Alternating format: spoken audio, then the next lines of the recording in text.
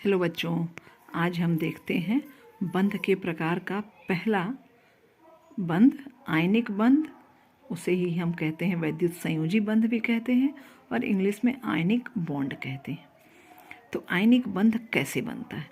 ऐसे तो नॉर्मल यदि कहें तो धातु और अधातु के बीच में जो मजबूत बंध बनता है उसे ही हम आयनिक बंध कहते हैं, है ना। तो अ से आयनिक और अ से आदान प्रदान याद रखने में सुविधा होगी।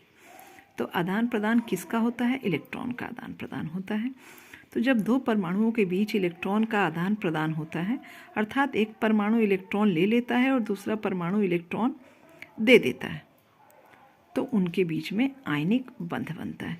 जो परमाणु इलेक्ट्रॉन लेता है उसे हम दाता परमाणु कहते हैं और उसके ऊपर धन आवेश आ जाता है। जो परमाणु इलेक्ट्रॉन लेता है उसे हम ग्राही परमाणु कहते हैं और उसके ऊपर ऋण आवेश आ जाता है। तो इस प्रकार जब एक परमाणु के ऊपर धन आवेश और दूसरे परमाणु के ऊपर ऋण आवेश आएगा तो हम सभी जानते हैं विपरीत आवेश वाले आयन एक दूसरे से आकर्षित होकर नया यौगिक बना लेते हैं, जिनके बीच आयनिक बंध बनता है।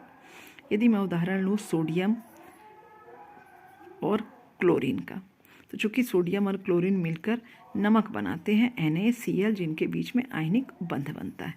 तो अब ये कैसे बनता है ये यदि हम देखें तो एक सोडियम परमाणु का इलेक्ट्रॉनिक विन्यास 281 होता है।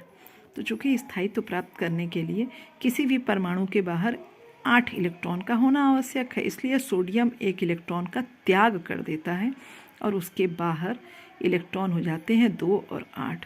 चूँकि जब एक इलेक्ट्रॉन का त्याग कर दिया तो उसके ऊपर एक धन आवेश आ जाता है। सेम यदि मैं क्लोरीन की बात करूं तो एक क्लोरीन का परमाणु क्रमांक 17 2 8 7, यहाँ अष्टक प्राप्त करने के लिए एक इलेक्ट्रॉन की कमी है।